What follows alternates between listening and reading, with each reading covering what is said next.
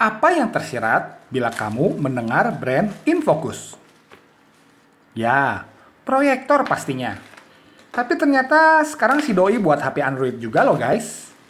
Bisa ya, brand yang sudah kadung melegenda di dunia perproyektoran ngebuat HP yang bagus? Kita lihat yuk reviewnya. InFocus M2.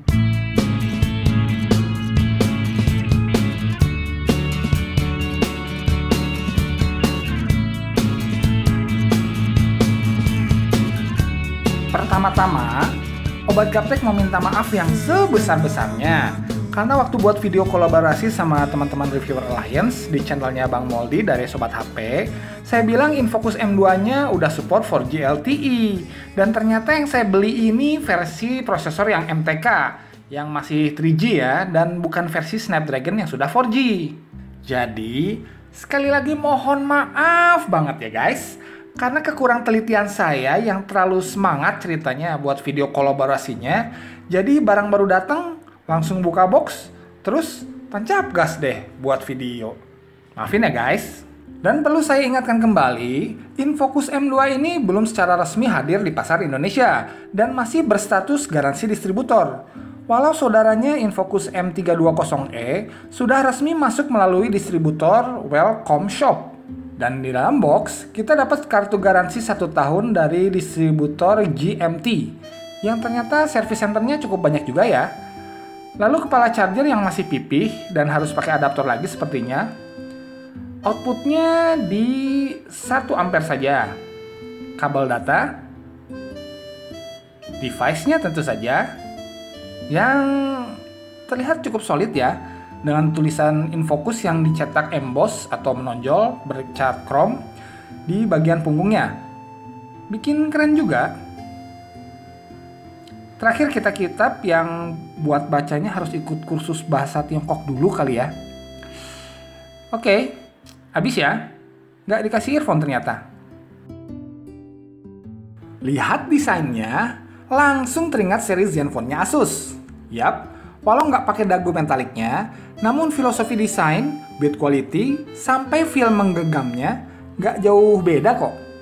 Walaupun moldingnya menggunakan cakang all plastik, tapi kesan ringkih tidak terasa sama sekali. Malah sebaliknya, aura kokoh, kompak, dan padat sangat terpancar ketika melihat hingga menggenggamnya. Dimensinya yang kecil tidak menggambarkan bobotnya yang tergolong cukup berat untuk sebuah device dengan bentangan layar 4,2 inch saja, dan hal ini membuatnya semakin mantap di genggaman.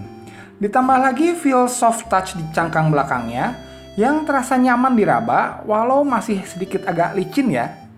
Minusnya di sisi desain hanyalah bezel di sekeliling layar yang kelewat tebal, terutama bezel atas dan bawahnya.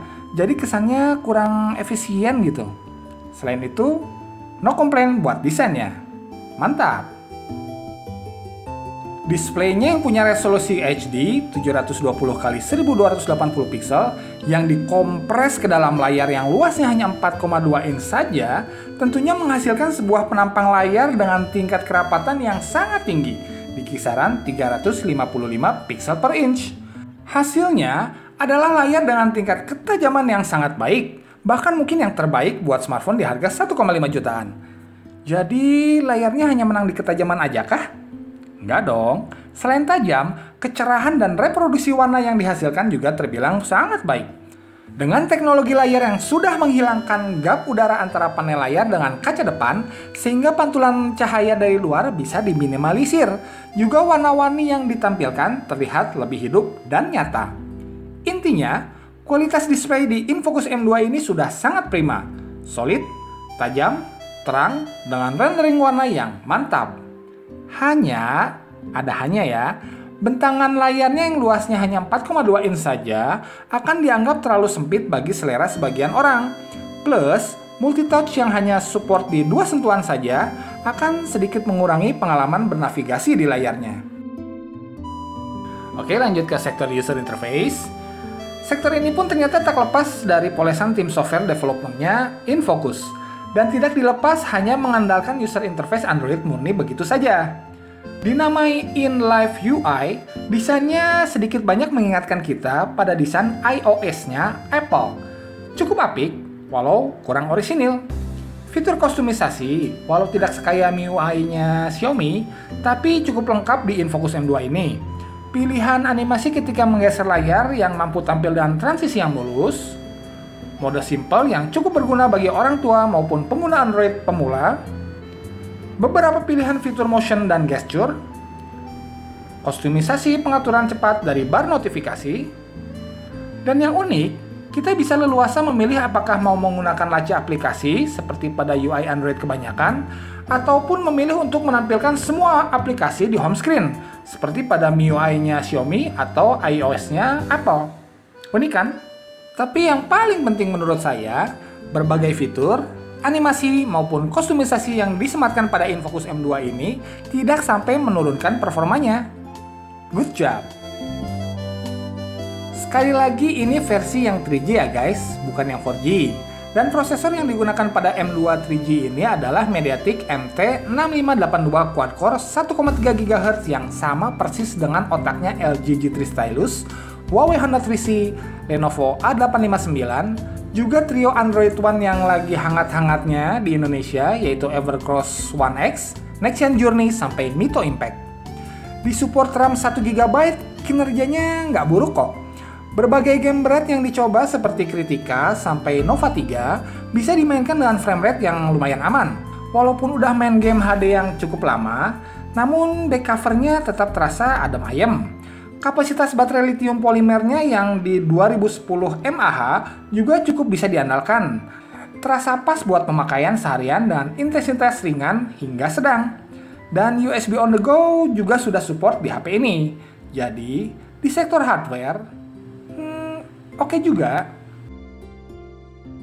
Lanjut ke sektor kamera, dan sektor ini menjadi salah satu sektor unggulan di InFocus M2 ini karena resolusinya sudah 8 megapiksel. Tapi bukan hanya itu, kamera depannya pun sudah punya resolusi yang sama dengan kamera belakang di 8 megapiksel. Sekali lagi, bukan hanya itu, kamera depannya juga udah dikasih lampu flash cuy. Bisa nebak kan siapa yang girang? Yap, selfie lover. Hasil kamera belakangnya juga sudah terbilang memuaskan. Hasil tangkapannya tajam, natural, dengan shutter speed yang cepat, dan lampu flash yang mampu tampil prima pada saat-saat diperlukan.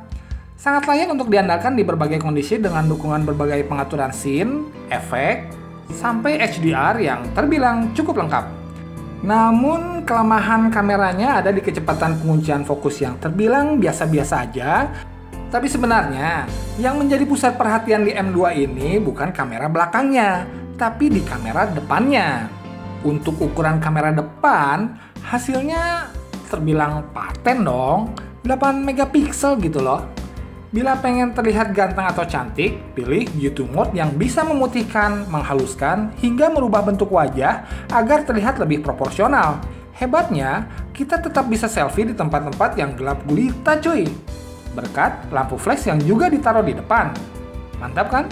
Dan editor fotonya juga sepertinya memang disiapkan buat bikin poll experience selfie kita. Hasil rekaman videonya pun sudah bisa diandalkan kok, dengan resolusi rekaman Full HD yang menjamin ketajaman hasil bidikannya. Keluaran suara speaker bodinya sudah baik, cukup keras, walau nggak keras-keras amat sih, dan jernih. Keluaran suara ringtone, bermain game maupun menonton video YouTube dari speaker body nggak ada masalah. Dan bila kita menggunakan earphone yang sayangnya tidak disertakan pada paket penjualan, namun sektor musikalitas di InFocus M2 ini di luar dugaan juga bisa dijadikan fitur unggulan kelanjutan yang nggak disangka-sangka. Namun yang menarik, kita bisa merubah info lagu secara manual, lalu putar lagunya, dan otomatis musik playernya akan mencarikan liriknya. Ya, liriknya. Jadi kita bisa berkaraoke. Tanpa macam-macam settingan lebih lanjut, lirik lagunya langsung di-download dari internet. Hebatnya lagi, kita bisa mengatur bila liriknya yang bergerak dari bawah ke atas terasa kurang pas dengan lagu yang sedang disetel. Disetel sih. Nah, sekarang mari kita ikut bernyanyi. Ada yang ngerti?